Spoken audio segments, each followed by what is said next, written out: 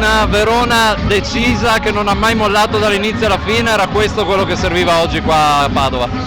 Sì, serviva questo perché dopo la partita con Civitanova, dove abbiamo subito, in inside out abbiamo subito tanto, però siamo stati bravi nella fase break e oggi dovevamo equilibrare un po' le cose, abbiamo spinto su tutto e siamo stati molto bravi, a parte qualche piccolo calo di tensione tipo alla fine, però ci sta.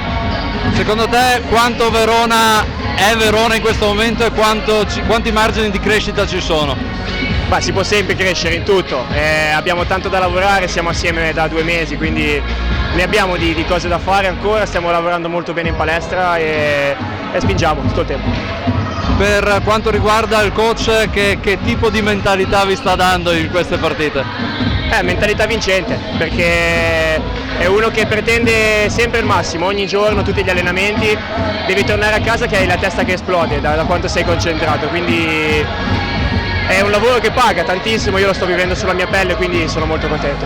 Grazie, in bocca al lupo. Grazie, crepi.